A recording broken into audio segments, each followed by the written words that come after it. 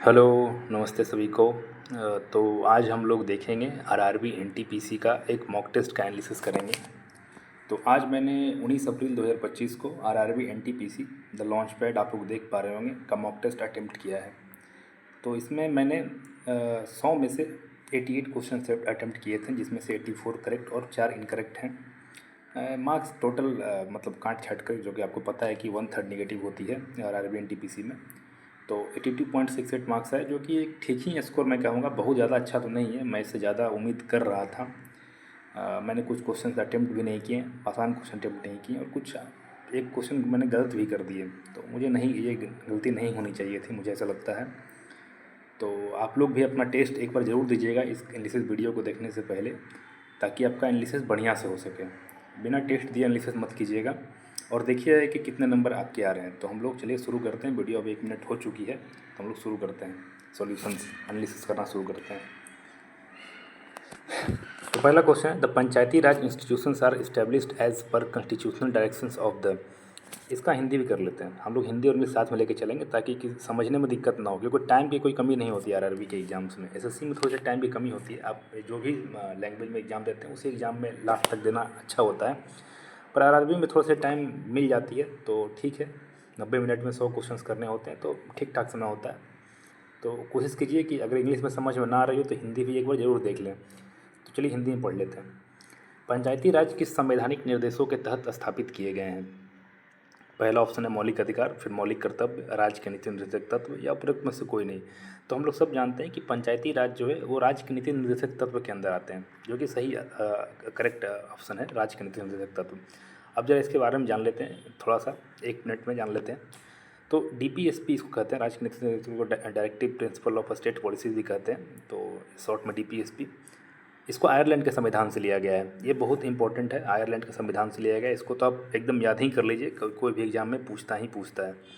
तो इसका काम, डीपीएसपी क्यों बनाया गया है? इसका काम है कि देश के सामाजिक, आर्थिक और राजनीतिक विकास के लिए बहुत ज़रूरी होता है, इसलिए डीपीएसपी को डाला गया संविधान में। ये आर्टिकल 36 से 51 तक है। अच्छा, आपको ये बताना है कमेंट में कि आर्टिकल 36 से 51 यानी कि डीपीएसपी जो है वो किस भाग में आता है, पार्ट कौन सा है? ये भी क्वेश्चन पूछता है एग्जाम में, तो आपको ये बताना है। मैं इसका आंसर नहीं दूंगा, आप देखिए, सर्च कीजिए और उसका आंसर दीजिए, और इसको याद भी रखिए।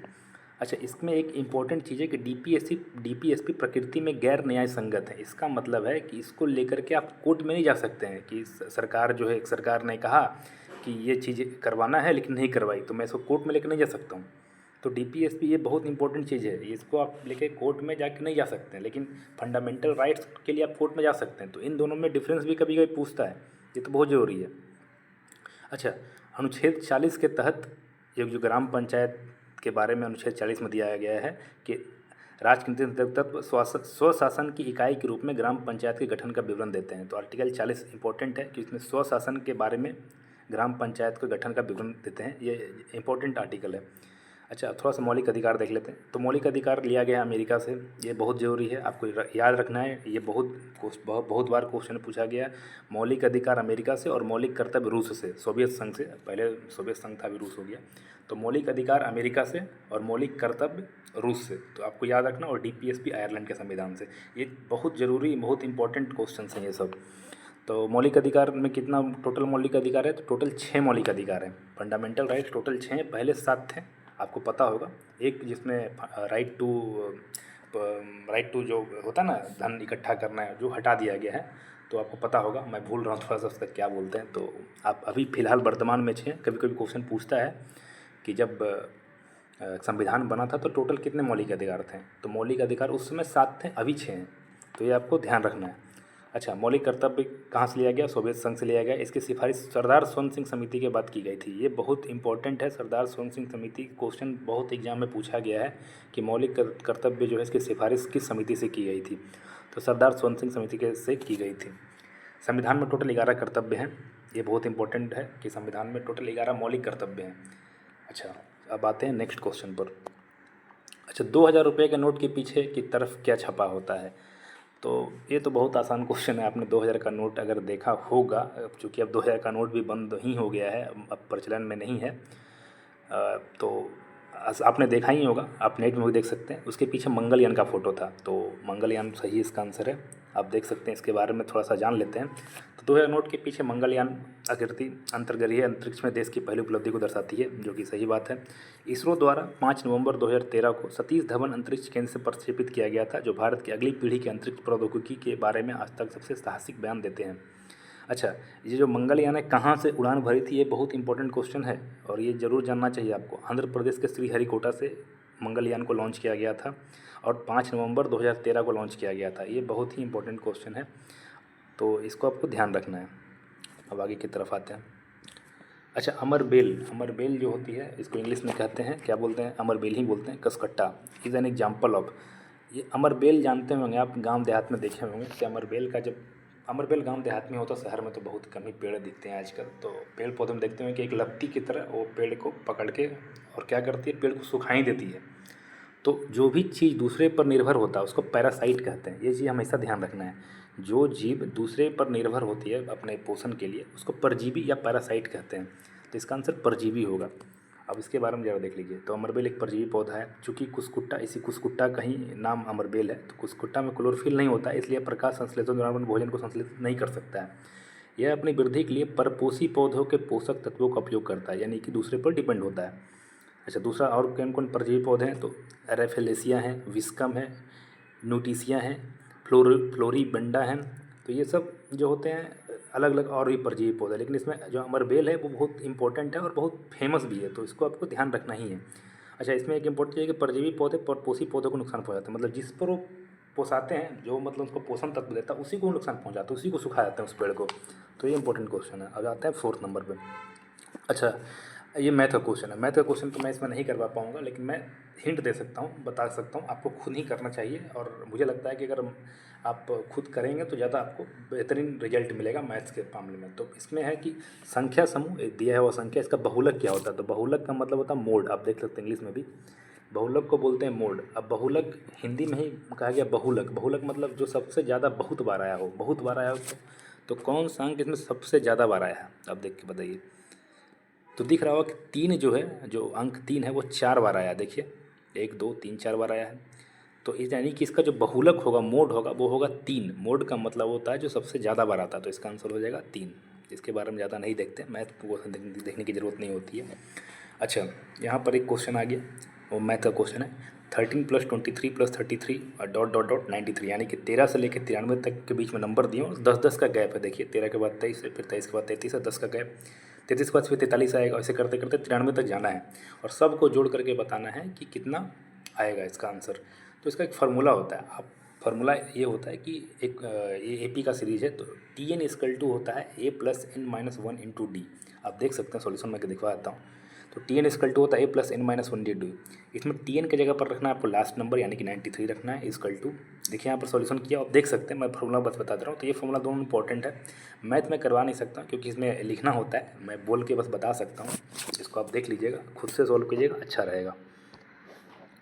अच्छा, the length of rectangular room is twice of its breath. अब हिंदी में कर लेता हूँ। यहाँ पर कहा गया एक आयताकार कमरे की लंबाई उसकी चौड़ाई से दोगुनी है। मान लीजिए कि चौड़ाई x है तो लंबाई जो है 2x हो जाएगी। ठीक, इतना तो समझ में आता होगा। इसको मैं सॉल्यूशन को हाइड कैसे करते हैं इसको, ठीक है कोई बात नहीं। तो चौड़ाई x है तो लंबाई 2x होगी। यहाँ पर कहा दिया फर्श बनाने की लागत 100 रुपये प्रति वर्ग मीटर है और कुल लागत 5000 रुपये है। अच्छा, बोला गया है कि 1 स्क्वायर मीटर बनाने में 100 रुपये खर्चा होगा और टोटल 5000 रुपये खर्चा कर दिए, तो कितना वर्ग मीटर था, तो 50 वर्ग मीटर था। आसानी समझ में आ गया। अच्छा, 50 वर्ग मीटर यानी क्या है, एरिया है वो। 50 वर्ग मीटर जो है एरिया है, और कहते हैं लेंथ इंटू ब्रेथ बराबर एरिया होता है। ब्रेथ को अगर x मानेंगे तो लेंथ हो जाएगा 2x, तो यानी कि 2x गुना x बराबर 50 दिया हुआ है, यानी कि x² बराबर हो जाएगा कितना, 25 हो जाएगा। 2 से 50 कटेगा तो 25 बचेगा इधर, तो x² बराबर 25 हो जाएगा, यानी कि x बराबर 5 हो जाएगा। लेकिन हमने x माना था ब्रेथ को, यानी कि चौड़ाई 5 आई है, x बराबर 5 आएगी। x² बराबर 25 है तो x बराबर 5 आ जाएगी, तो चौड़ाई बराबर 5 आएगी। लेकिन पूछा है कि लंबाई याद कीजिए, तो क्या लिखा था क्वेश्चन में कि लंबाई जो है चौड़ाई से दोगुनी, यानी कि अगर चौड़ाई 5 है तो लंबाई 10 होगी, तो इसका आंसर 10 होगा। आप देख सकते हैं ये बहुत ही सिंपल मैथ्स है, इसमें बताने में इतना टाइम जाना नहीं चाहिए था, पर ठीक है, अभी स्टार्टिंग के क्वेश्चन से तो मैं बता दे रहा हूँ। आगे चलते हैं। अच्छा, कृष्णा और अजय मिलकर एक कार्य को 12 दिनों में कर सकते हैं, तो ये आसान क्वेश्चन आप बना सकते हैं। मैं मैथ में ज़्यादा करवा नहीं पाऊँगा, तो इसको मैं स्किप कर देता हूँ। आप बनाइएगा, इसको सॉल्व जरूर कीजिएगा। अगर आपके पास टेक्स्ट बुक का नहीं है सब्सक्रिप्शन, तो आप इस क्वेश्चन को देख के ही बनाइए, अभी ट्राई कर लीजिए। आगे चलते हैं। अच्छा, इसको इंग्लिश में पहले कर लेता हूँ, फिर हिंदी करूँगा। Which gas is passed in the, इसको सॉल्यूशन को ढकते कैसे हैं, सॉल्यूशन, हाँ, which gas is passed in the water to kill bacteria. यहाँ पर एक क्वेश्चन है कि, चलिए हिंदी का कर लेता हूँ। जीवाणु को मारने के लिए जल में कौन सी गैस प्रवाहित की जाती है। देखिए, क्लोरीन गैस का इस्तेमाल करते हैं। क्लोरीन, फ्लोरीन नहीं बोला हूँ, क्लोरीन बोल रहा हूँ, Cl। तो क्लोरीन का काम होता है, क्लोरीन जहाँ पर भी पड़ेगा तो ब्लीचिंग की तरह काम करता है। आपको पता होगा ब्लीचिंग पाउडर का फॉर्मूला CaO, Cl2 मतलब कैल्शियम, CaO मतलब ऑक्सीजन, और Cl2 ये होता है ब्लीचिंग पाउडर का फॉर्मूला। तो क्लोरीन देते ही है साफ़ करने के लिए, जीवाणु को मारने के लिए, तो क्लोरीन ही गैस जो वो है प्रभावित की जाती है। तो ये आप पढ़ सकते हैं इसके बारे में, ठीक है। इसके बारे में ज़्यादा बताऊंगा नहीं, इसके बारे में कुछ ऐसा कुछ लिखा हुआ भी नहीं है, मैंने पढ़ा था, तो इसको मैं आगे बढ़ता हूँ। अच्छा, एक मैथ का क्वेश्चन है, तो आसान क्वेश्चन है, आप देख सकते हैं। एक एग्जाम्पल की तरफ से मैं बता देता हूँ। जैसे कि लिखा गया है, यदि x को 6 से विभाजित किया जाता है तो शेषफल 5 मिलता है। चलिए मान लीजिए ऐसा कोई संख्या मानिए जिसको 6 से डिवाइड करने पर 5 शेषफल मिले। तो मान लीजिए कि एक संख्या 35 है, तो 6 से अगर डिवाइड किया तो शेषफल 5 मिलेगा कि नहीं मिलेगा। 35 एक संख्या मैंने माना और उसको 6 से डिवाइड किया, तो देखिए रिमाइंडर 5 मिलता है। अब वही 35 में 5 जोड़ दीजिए, यानी कि यदि x + 5 यानी कि 35 + 5 को 3 से विभाजित किया जाए, यानी कि 40 को 3 से विभाजित किया जाए, तो शेषफल क्या होगा, तो 1 होगा शेषफल। ये आप एग्जाम्पल से भी सॉल्व कर सकते हैं, और इसका अगर बेहतरीन सॉल्यूशन देखना चाहते हैं तो नीचे भी दिया हुआ है, उसको आप देख सकते हैं। देखिए यहाँ पर भी इन्होंने एक संख्या 11 माना, मैंने 35 माना था, तो कोई बात नहीं, आप संख्या मान के बनाइए, जल्दी आसानी से बन जाती है क्वेश्चन। चलिए आगे चलते हैं, 10वां नंबर। अच्छा, समानता का अधिकार, यानी कि बताइए इंग्लिश में क्या कहेंगे इसको। राइट टू इक्वलिटी के अंदर में टोटल कितने आर्टिकल्स हैं, बताइए। इसका तो ये तो मतलब जवान पर होना चाहिए, जैसे ही कोई पूछा राइट टू इक्वलिटी तुरंत आंसर रहना चाहिए। ओह 5 कैसे का 4 प्रेस कर दिया, सॉरी 5 है, वो गलती से मेरे से दब गई। मैं थोड़ा सा इधर देख रहा था और प्रेस वो 4 हो गई। मैंने सही आंसर लगाया था, तो ऐसा मत सोचिएगा कि मुझे नहीं आ रहा था, ठीक है, कोई बात नहीं। तो आर्टिकल 14 से लेकर के 18 तक, 14, 15, 16, 17, 18, ये है राइट टू इक्वलिटी के अंदर में। आर्टिकल 14 क्या कहता है, एक बार मैं हिंदी में कर देता हूँ, हिंदी में थोड़ा पढ़ना आसान हो जाता है इसलिए। तो आर्टिकल 14 कहता है कि राज्य, धर्म या वंश, जाति, लिंग या जन्म के स्थान के आधार पर कानून के समक्ष किसी व्यक्ति या भारत के क्षेत्र के कानून के समान संरक्षण से इनकार नहीं करेगा। यानी कि कोई भी राज्य जो है, धर्म, किसी क्या धर्म है, क्या वंश है, क्या जाति, क्या लिंग, क्या जन्म स्थान, उसके आधार पर उसको कानून से मतलब बाहर नहीं करेगा। इसको बोलते हैं, इंग्लिश में बोलते हैं, everyone is equal before the constitution, before the law of the constitution. तो मतलब कॉन्स्टिट्यूशन के आगे सब समान है। दूसरा, राज्य केवल धर्म, वंश, जाति, लिंग, स्थान, उसका आधार पर किसी भी नागरिक के साथ भेदभाव नहीं करेगा, ठीक है। आर्टिकल 16 में देख सकते हैं रोजगार के मामले में। 17 जो है अनटचेबिलिटी मतलब अस्पृश्यता का उन्मूलन है। आर्टिकल 18 है कि सैन्य और शैक्षणिक को छोड़कर सभी उपाधियों का उन्मूलन, मतलब कोई ऐसे उपाधि नहीं रख सकता है, मुझे मेरा नाम हो जाएगा महाराजा, तो ऐसा नहीं करना है। तो ये 18 नंबर बहुत इंपॉर्टेंट है। अच्छा, इसमें 18 नंबर में क्वेश्चन, बहुत इंपॉर्टेंट क्वेश्चन पूछा जाता है कि जैसे मिलिट्री में या सैन्य सेवाओं में क्या होता है कि लेफ्टिनेंट, कर्नल, ये सबको उपाधि दी जाती है। लेकिन यहाँ तो लिखा हुआ है आर्टिकल 18 में कि सैन्य और शैक्षणिक को छोड़कर सभी उपाधियों का उन्मूलन है। यानी कि आपको उपाधि मिल सकती है कहाँ पर, मिलिट्री में, और केवल शैक्षणिक चीज़ में, जैसे डॉक्टर की उपाधि मिल गई आपको, या कर्नल की उपाधि मिल गई, लेफ्टिनेंट की उपाधि मिल गई, तो ये आर्टिकल 18 के तहत ही मिलती है। तो इसको ध्यान रखना, ये क्वेश्चन बहुत इंपॉर्टेंट क्वेश्चन है। आते हैं 11 पे। अच्छा, ये देखिए चक्रवृद्धि ब्याज और साधारण ब्याज का एक आसान क्वेश्चन है, कोई हार्ड क्वेश्चन नहीं है, इसको आप देख सकते हैं। मैं 2 मिनट 13 सेकंड लगाया था, ठीक है, आसान क्वेश्चन था, पर मैं थोड़ा सा डबल सियोरिटी के लिए मैं 2 बार 3 बार इसको करके बनाया कि कहीं गलती ना हो जाए, तो ठीक है। आगे तो इसको ये क्वेश्चन मैं अटेम्प्ट नहीं कर पाया था, इसको थोड़ा इंग्लिश कर लेते हैं पहले। Who among the following boy nominated for the prestigious Laureus world sports award, यानी कि लॉरियस वर्ल्ड स्पोर्ट्स अवार्ड के लिए, जो कि एक बहुत प्रतिष्ठित, प्रेस्टिजियस मतलब प्रतिष्ठित अवार्ड है, इसके लिए किसको नामांकित किया गया था। तो ये एक लेटेस्ट क्वेश्चन, करंट अफेयर का क्वेश्चन है। मैं करंट अफेयर फिलहाल बहुत दिन से नहीं देख पाया था, तो मुझे इसका आंसर नहीं मालूम था, तो मैंने इसको स्किप किया। फ़िलहाल मैंने इसका इसे पढ़ा तो मुझे पता चला इसके आंसर विनेश फोगाट हैं। तो विनेश फोगाट जी को मिला था। विनेश फोगाट जी अभी बहुत करंट में बहुत ज़्यादा न्यूज़ में अभी आ रही थी ओलंपिक्स के टाइम पे, तो थोड़ा सा इनके बारे में पढ़ लीजिएगा। तो ये इम्पोर्टेंट क्वेश्चन तो यहीं पर है कि लॉरियस वर्ल्ड स्पोर्ट्स अवार्ड के लिए इनको नामांकित किया गया था। ठीक है, आगे चलते हैं। अच्छा, दिए गए विकल्पों में ये एक रीजनिंग का सवाल है, तो सही उत्तर चुनें और जो पहले युग्म की तरह समान संबंध दर्शाता है। निमोनिया बैक्टीरिया से होता है। इंग्लिश करने से कोई मतलब नहीं, क्योंकि इंग्लिश में भी यही लिखा हुआ है। निमोनिया बैक्टीरिया, निमोनिया जो है बैक्टीरिया से होता है। तो कौन सा इसमें जो चीज़ है जो उससे होता है? देखिए, इबोला एक वायरस है, तो इबोला बैक्टीरिया से नहीं होता है, तो ये ऑप्शन ही गलत हो गया। रेबीज वायरस है, ये सबको पता है, लगभग लोग को पता है कि रेबीज वायरस है, और ये सही आंसर है, तो इसका आंसर 2 होगा, जो कि सही है, रेबीज वायरस से होता है। अच्छा, लेपोक्रेसी इज कॉज्ड बाय बैक्टीरिया। लेपोक्रेसी जो है बैक्टीरिया से होता है, मॉस्किटो से नहीं होता है। लेपोक्रेसी मतलब क्या होता है बताइए? कुष्ठ रोग बोलते हैं लेपोक्रेसी को। इसको अगर हिंदी कर दें तो देखते हैं, कुष्ठ रोग। तो कुष्ठ रोग जो होता है मच्छर काटने से नहीं होता। कुष्ठ रोग जो होता है वो आप देखे होंगे, अगर कैसे मैं एक्सप्लेन करूँ, मतलब थोड़ा इसको, मतलब गांव के भाषा में बोलते हैं कोढ़ हो गया, कोढ़ का रोग, तो मच्छर काटने से नहीं होता है। अच्छा, डेंगू फंगस से नहीं होता। डेंगू जो है मच्छर काटने से होता है, और आपको पता है कि डेंगू जो है वायरस से होता है। तो चलिए आगे चलते हैं नेक्स्ट क्वेश्चन पे। अच्छा, यहाँ पर पूछा गया है कि इनमें से in the following questions select the word which can not be formed using the letters of the given word. एक वर्ड दिया हुआ है, इस पूछा है कि कौन सा वर्ड नहीं बन सकता है। तो देखिए, डेड बन सकता है, क्योंकि इसमें डी 2 बार भी है और ई और ए भी है, तो बन सकता है। हियर भी बन सकता है, क्योंकि HEAR भी है इसमें। लेकिन ड्राइड में आई यहाँ पर तो है ही नहीं कहीं, तो ड्राइड बनेगा ही नहीं, तो इसका आंसर ड्राइड होगा, ये नहीं बन सकता है। आसान क्वेश्चन था, आगे चलते हैं। अच्छा, ये क्वेश्चन साइंस का क्वेश्चन है, मैं अटेम्प्ट नहीं कर पाया, मुझे इसका आंसर आ नहीं रहा था उस समय, तो देखते हैं। Which of the following is the functional group of amine. आप इसका सोल्यूशन बताइएगा जरूर। अमाइन किस फंक्शनल ग्रुप का, अमाइन इंग्लिश में अमाइन और हिंदी में अमीन लिखे हैं, तो ठीक है, कोई बात नहीं। तो अमाइन जो है किस फंक्शनल ग्रुप को कहते हैं? तो इसका आंसर है नाइट्रोजन। नाइट्रोजन जिसमें भी लगता है उसको अमाइन कहते हैं, जैसे NH3 अमोनिया। ठीक है, तो ये देख लीजिए लिखा हुआ है कि an amine is functional group with a nitrogen atom having a lone pair. Hindi कर लेता हूँ। एक अमाइन, देखिए यहाँ पर अमाइन लिखा है और यहाँ पर एमीन लिखा है, तो अमाइन ही होता है एक्चुअली। एक अमाइन एक कार्यात्मक समूह है जिसमें नाइट्रोजन परमाणु एक अकेला जोड़ा है। लोन पेयर का मतलब होता है अकेला।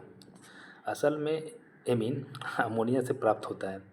तो NH3 जिसका अमोनिया का फॉर्मूला है, जो कि इम्पोर्टेंट है, कई किसी किसी एग्जाम में पूछते भी हैं। नाइट्रोजन की वैधता 5 है, और यही कारण है कि एक अकेला जोड़ा एक साथ एक सच्चा बनाता है। ये थोड़ा सा हिंदी ज़्यादा कठिन हो गया है यहाँ पर, तो ठीक है। मेन इसमें क्वेश्चन था कि किसको अमाइन पेयर कहते हैं, तो इसका आंसर नाइट्रोजन है, और इसमें मेन चीज़ है अमोनिया का फॉर्मूला NH3 होता है। आगे चलते हैं। ये है मैथ का क्वेश्चन, कि एक बहुत आसान क्वेश्चन है। कहा गया है कि एक बैग में कुछ लाल बॉल है और कुछ ग्रीन बॉल है, और लाल और ग्रीन बॉल का जो रेशियो है वो 3:8 का है। कहा गया कि 12 इसमें हरे बॉल और डाल दिए जाए, तो अब रेशियो जो 1:4 का होता है, तो कितने रेड बॉल है? ये आपको खुद सोल्यूशन देना है और उसको बताना क्या आंसर आएगा, कमेंट में बताइएगा। आगे, the process of taking oxygen rich air in the body is called. अच्छा, ऑक्सीजन रिच एयर जब बॉडी में लेते हैं, तो ऑक्सीजन रिच मतलब जिसमें जिस हवा में ऑक्सीजन ज़्यादा हो उसको क्या कहेंगे? देखिए, एक्सहेलेशन, एक्स का मतलब होता है बाहर निकालना, तो एक्स तो होगा नहीं। फ्लोटेशन का मतलब तैरना होता है कहीं पर, तो ये सब नहीं हो सकता। इन का मतलब होता है अंदर लेना। तो देखिए, इसके बारे में अगर नहीं भी पता है तो इनहेलेशन इसका आंसर आपको लगा देना चाहिए। मैंने भी लगाया था, इस कन्फर्म नहीं था, लेकिन ये पता था कि इन का मतलब अंदर लेना होता है, तो इनहेलेशन इसका सही आंसर है। अब ज़रा थोड़ा सा हिंदी में इसको पढ़ लेते हैं, क्या इंपॉर्टेंट इसमें। अंतः शोषण मतलब इन मतलब अंतः, और एक्स मतलब बाहर, नी, तो ये लिखा हुआ है। देखिए, श्वास गैस का आदान प्रदान के लिए फेफड़े में बाहर हवा के हस्तांतरण की प्रक्रिया, मतलब समझ गया कि अंदर बाहर के जो फेफड़े का प्रक्रिया उसको श्वास बोलते हैं। सांस लेने के चक्र में सांस लेने और छोड़ने की 2 प्रक्रियाएँ होती है। शरीर में ऑक्सीजन युक्त हवा लेने की प्रक्रिया को सांस लेना कहा जाता है। ये सब पढ़ने की ज़रूरत नहीं है, लेकिन ठीक है। कार्बन डाइऑक्साइड युक्त हवा को बाहर निकालने की प्रक्रिया को सांस छोड़ना कहा जाता है। कार्बन डाइऑक्साइड ऊर्जा के उत्पादन के दौरान सेलुलर शोषण का एक बेकार उत्पाद है। सांस लेना और सांस छोड़ना दोनों स्वायत्त प्रक्रिया, मतलब ऑटोमेटिक प्रक्रिया है। ये हम आप नहीं मतलब कर रहे हैं, वो हो रहा है, अपने आप हो रहा है। आप बोल भी रहे हैं तो वो सांस ले रहा है, सांस छोड़ रहा है। अच्छा, एक वयस्क व्यक्ति के लिए आराम की औसत दर 12 से 20 सांस प्रति मिनट तक होती है। मतलब आराम की अवस्था में अगर हो तो वो 1 मिनट में 12 से 20 बार सांस लेता और छोड़ता है, और नवजात शिशु 30 से 40 बार लेता और छोड़ता है। आगे चलते हैं। चलिए, भारत में समुद्र तट पर कितने राज्य हैं? समुद्र तट पर कितने राज्य हैं इंग्लिश में पढ़ेंगे कोस्ट लाइन, कोस्ट लाइन बोलते हैं। तो in how many states in India, how many states are on the coast line? Coast line पर कितने सारे स्टेट्स हैं? तो चलिए देखते हैं। आपको देखिए नहीं भी याद है तो कम से कम भारत का नक्शा तो याद होगा ही, कहाँ कहाँ पानी है, समुद्र किसके नीचे आते हैं, मतलब किसके नीचे समुद्र आता है वो आपको पता होगा। तो सबसे पहले देखते हैं गुजरात के पास। गुजरात के पास एक समुद्र है, उसके नीचे आते हैं महाराष्ट्र के पास समुद्र होता है, 2 हो गए। गोवा है, छोटा सा स्टेट, बहुत लोग छोड़ देते हैं, गोवा को भूल जाते हैं। तो गोवा के पास भी समुद्र है। आप जानते हो कि गोवा चलो पार्टी करेंगे बीच पे, तो 3 हो गए, गुजरात, महाराष्ट्र और गोवा। फिर आते हैं नीचे की तरफ, तो नीचे में केरला है, केरला के पास भी समुद्र है। फिर तमिलनाडु है, तो अभी 5 हो चुके हैं। अब कर्नाटका है, आंध्र प्रदेश है, अब 7 हो गए हैं।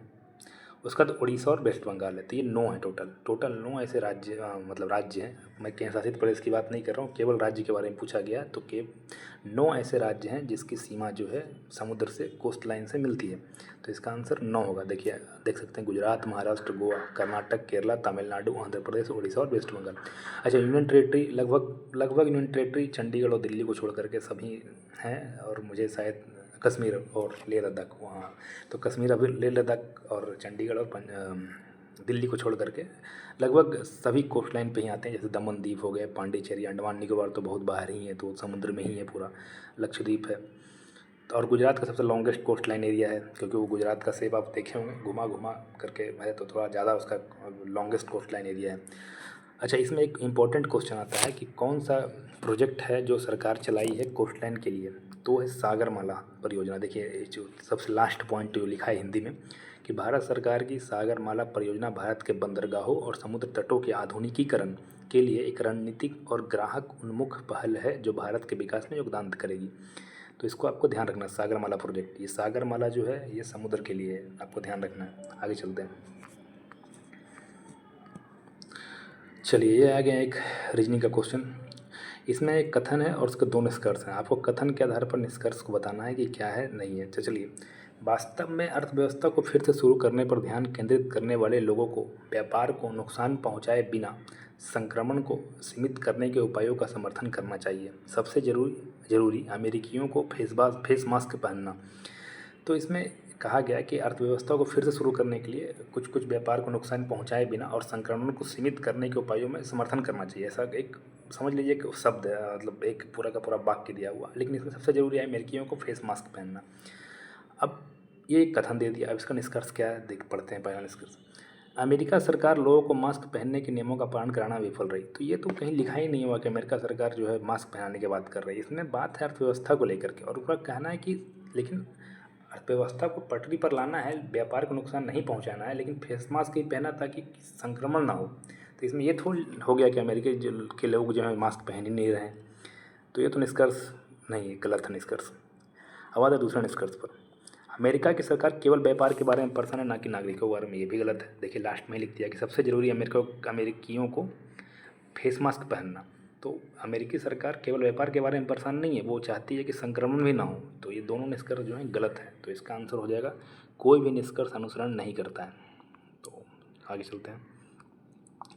भारत का पहले रेलवे विश्वविद्यालय कहाँ है? ये मैं नहीं जानता था, और इसका आंसर मैं देख लेता हूँ क्या होता है। तो इसका आंसर गुजरात। गुजरात, ये एक स्टैटिक जीके का क्वेश्चन है, ये करंट का क्वेश्चन नहीं है। तो राष्ट्रीय रेल और परिवहन संस्थान NRTI, ये बड़ोदरा में है, गुजरात के बड़ोदरा में।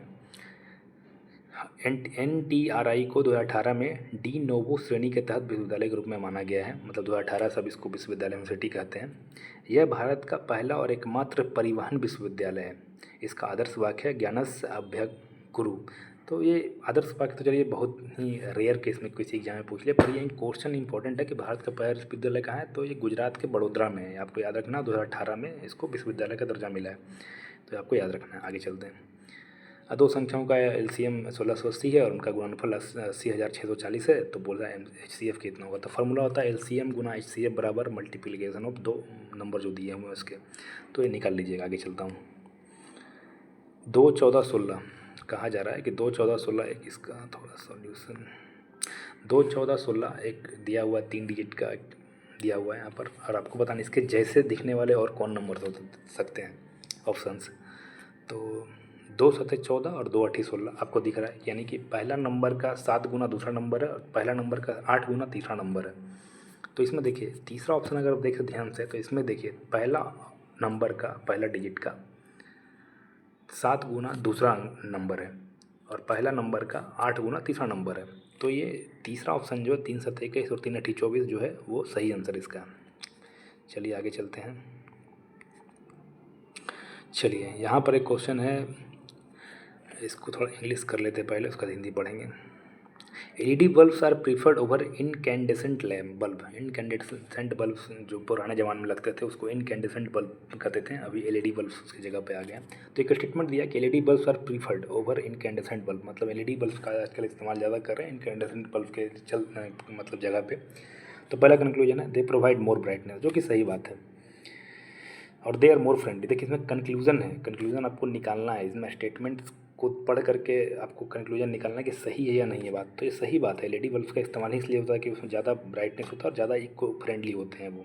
तो इसका दोनों सही है। तो इसमें दोनों सही है का मतलब है कि ABCD देखिए ऊपर लिखा हुआ है, if only conclusion 1 follows, if only conclusion 2 follows, if either 1 और 2 फॉलोज, इफ़ बोथ फॉलोज। तो इसका आंसर हो जाएगा D number, if both 1 and 2 follow. तो इसका आंसर 4 नंबर हो जाएगा। आगे चलते हैं। Which of the following instrument is based on the principle of Archimedes. Archimedes के प्रिंसिपल पर, इसके हिंदी में कर लेते हैं, आर्किमिडीज के सिद्धांत पर कौन सा उपकरण आधारित है। तो मैनोमीटर है, ऑक्सोनोमीटर, लेवडोमीटर, लेक्टोमीटर। देखिए मैनोमीटर तो वायु दबाव मापता है। लेक्टोमीटर जो होता है, लेक्टोमीटर जो शुद्ध दूध की शुद्धता मापती है, ये इसका सही आंसर है। अब लेक्टोमीटर काम कैसे करता है जो मैं बता देता हूँ, पहले बताता हूँ उसका सोल्यूशन देखेंगे। तो होता क्या है कि जैसे कि दूध जो प्योर दूध होता है ना, उसको एक ट्यूब पर रखते हैं और तो उसमें कुछ मतलब जैसे कि ट्यूब पर रखा, तो आप जानते हैं आर्किमिडीज क्या करता है, जैसे ही पानी में कोई चीज़ आएगा तो वो ऊपर की तरफ उसको उठा देगा। तो जितना पानी उसमें मिला रहेगा ना, वो उतना उसको ऊपर की तरफ उठाएगा, और जितना कम पानी मिला रहेगा दूध में, जितना प्योर दूध होगा उतना नीचे रहेगा। उसका एक स्केल होता है, वो ऊपर नीचे होता है। तो जितना पानी में दूध में पानी रहेगा उतना ऊपर की तरफ आएगा वो स्केल। तो इस तरह से दूध का शुद्धता मापते हैं। तो देखिए इलेक्ट्रोमीटर के बारे में, ये आर्किमिडीज के सिद्धांत पर आधारित है। आर्किमिडीज का सिद्धांत यह है कि कोई भी पिंड जो पूरी तरह या आंशिक रूप से एक गैस या तरल में डूबा हुआ है, एक ऊर्ध्वगामी या उत्प्लावन बल जो पिंड द्वारा विस्थापित द्रव के वजन के बराबर होता है द्वारा संचालित होता है। उपकरण का प्रयोग प्रकार जैसे लेक्टोमीटर, हाइड्रोमीटर जैसे सेक्रोमीटर आर्किमिडीज के सिद्धांत का पालन करते हैं। लेक्टोमीटर एक छोटा कांच का यंत्र है, इसका उपयोग दूध के में पानी की मात्रा को मापने के लिए किया जाता है। यह दूध के विशिष्ट गुरुत्व सिद्धांत पर काम करता है, यानी कि दूध का एक विशिष्ट गुरुत्व सिद्धांत होता है, और उसमें मान लीजिए पानी मिला देंगे तो वो घटेगा बढ़ेगा, तो उस पर काम करता है। यह पानी के संदर्भ दूध के अपेक्षित घनत्व को मापता है। यदि दूध के नमूने का विशिष्ट गुरुत्व स्वीकृत सीमा के भीतर है तो दूध शुद्ध है, और यदि नहीं है तो थोड़ी मिलावट है। तो ये बता दिया था। अब देखिए मैनोमीटर क्या काम करता है, इसके बारे में जान लेते हैं। तो मैनोमीटर है दबाव मापने के लिए। एक्सोनोमीटर का काम होता है पौधों में वृद्धि दर मापने के लिए। ओडोमीटर का काम होता है वाहन के द्वारा तय की गई दूरी मापने के लिए, डिस्टेंस मापता है ओडोमीटर। ये बहुत इंपॉर्टेंट है ओडोमीटर, अब बहुत सारे एग्जाम में दिखता है ये। बर्नमापी जो या बियर लैम्बर्ट नियम पर आधारित है, और इसका उपयोग प्रकाश तरंगों के अवशोषण को मापने के लिए किया जाता है। बर्नमापी, इसको इंग्लिश में पढ़ लेते हैं क्या कहते हैं, मुझे पता नहीं है, देख लेता हूँ। तो बर्नमापी को कहते हैं क्लोरीमीटर। अच्छा, क्लोरीमीटर का काम होता है लाइट। देखिए लाइट है तो क्लोरोमीटर तो हो सकता है, आप याद कर सकते हैं। अच्छा, सेक्रोमीटर जो होता है ना कि शुगर सॉल्यूशन में कितना ज़्यादा है अमाउंट, उसके नापने के लिए करता है। कि जानते होंगे सेक्रोज, तो सेक्रोमीटर से आप शुगर याद रख सकते हैं। आगे चलते हैं।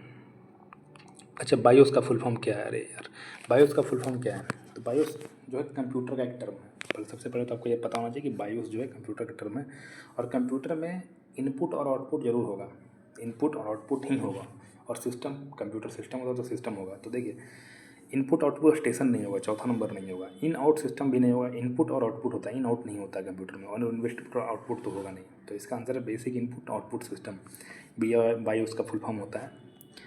चलिए आगे चलते हैं। चलिए हाँ, फेमस लखनऊ पैक्ट 1916 किसके बीच साइन किया गया था। 1916 का जो लखनऊ पैक्ट था किसके बीच साइन किया गया था, इसका आंसर बताइए। तो इसका आंसर है बाल गंगाधर तिलक और मोहम्मद जिन्ना के बीच ये साइन किया गया था। देखिए ये बहुत इंपॉर्टेंट फैक्ट था। अब इसके बारे में थोड़ा जान लेते हैं। मैं पूरा हिस्ट्री नहीं पढ़ा सकता हूँ, तो जो लिखा हुआ है इंपॉर्टेंट पॉइंट उसी को हम लोग पढ़ के रिवाइज कर लेते हैं अभी फिलहाल। तो लखनऊ समझौता दिसंबर 1916 में लखनऊ में आयोजित दोनों दल के एक संयुक्त सत्र में भारतीय राष्ट्रीय कांग्रेस और मुस्लिम लीग के बीच समझौता था। देखिए आपको थोड़ा सा बताता हूँ, 1907 में कांग्रेस का विभाजन हुआ था और 16 में जाकर के फिर दोनों मिल गए थे। तो यही समझौता के बाद वो दोनों मिले थे। तो 1916 के लखनऊ समझौते पर बाल गंगाधर तिलक और मोहम्मद अली जिन्ना के बीच हस्ताक्षर हुए हैं। इस समझौते के परिणाम स्वरूप मुस्लिम लीग के नेता भारतीय स्वतंत्रता की मांग करते हुए कांग्रेस के आंदोलन में शामिल होने के लिए सहमत हुए। लखनऊ समझौते को हिंदी मुस्लिम एकता के लिए एक आशा किरण के रूप में देखा गया था। दोनों पक्षों द्वारा अंग्रेजों की प्रस्तुत की जाने वाली कुछ सामान्य मांगे इस प्रकार है। पहला कि परिषदों पर निर्वाचित सीटों की संख्या बढ़ाई जानी चाहिए, प्रांतों में अल्पसंख्यकों की रक्षा की जानी चाहिए, सभी प्रांतों को स्वायत्तता दी जानी चाहिए और नगर न्यायपालिका से कार्यपालिका को अलग करना चाहिए। तो न्यायपालिका से कार्यपालिका को अलग करना ये बहुत पहले डिमांड कर लिया गया था और अभी आर्टिकल में भी आपको बताना है किस संविधान अभी संविधान के किस अनुच्छेद में है, ये आपको बताना है कि न्यायपालिका से कार्यपालिका जो अलग है अब वो किस अनुच्छेद में है, ये पूरा अनुच्छेद में आपको कमेंट करना है। तो अभी चलते हैं आगे। Cosec 135 degree equal to x, तो एक्स का मान कितना होगा, ये √2 होगा। ये आप देख लीजिएगा, आसान क्वेश्चन है।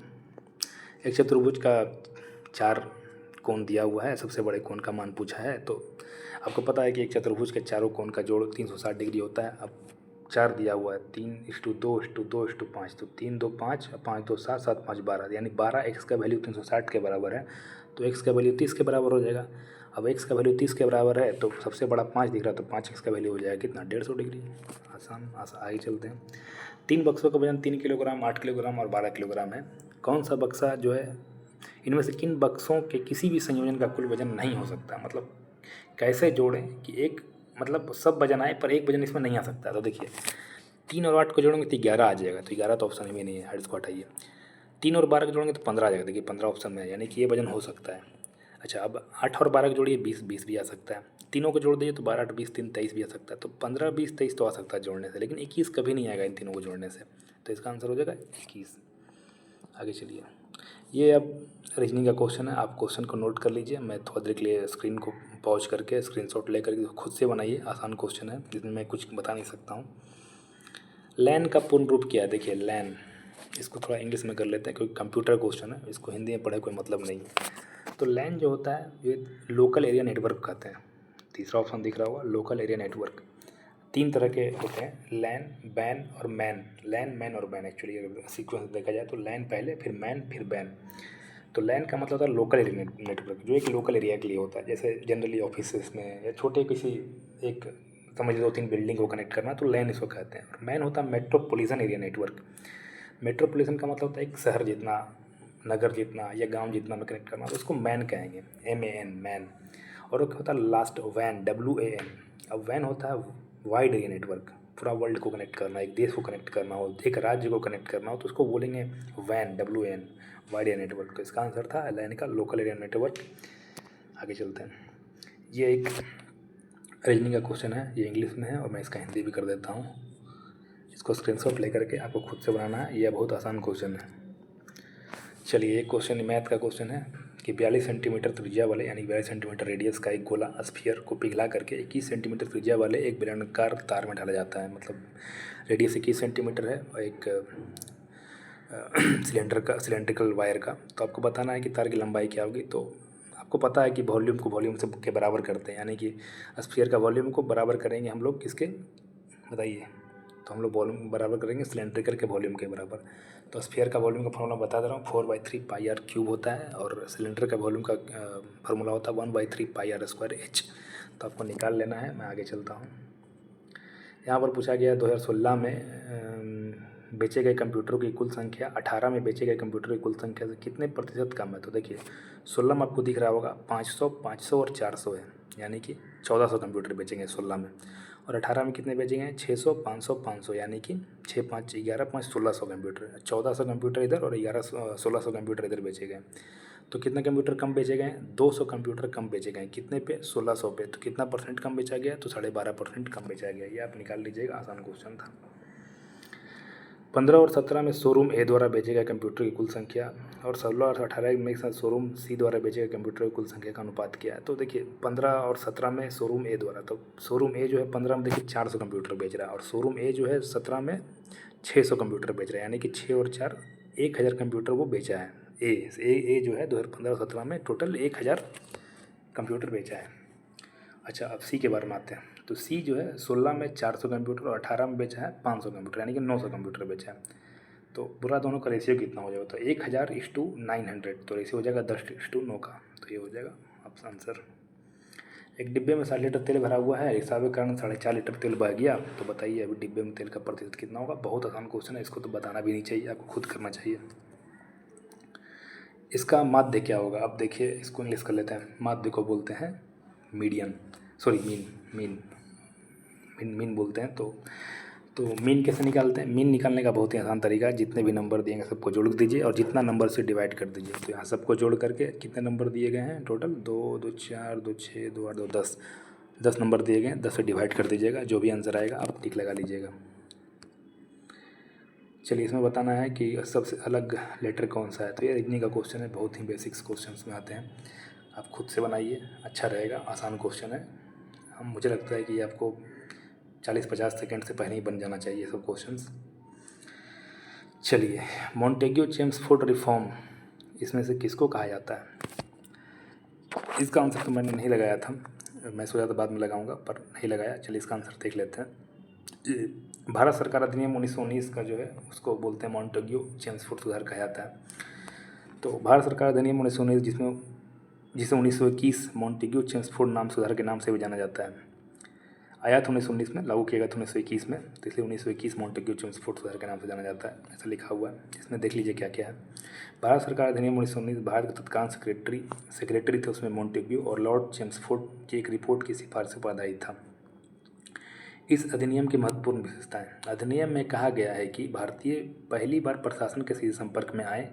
गवर्नर जनरल की कार्यकारी परिषद में भारतीयों को शामिल करके जो संसद के प्रति उत्तरदायी थी उसमें शामिल करने का बात कहा गया था। इसमें भारत सरकार अधिनियम 1919 ने प्रांतों में एक राजतंत्र स्थापित किया। प्रांतीय विषयों को 2 भागों में बांटा गया, आरक्षित विषय और स्थानांतरित विषय में विभाजित किया गया था।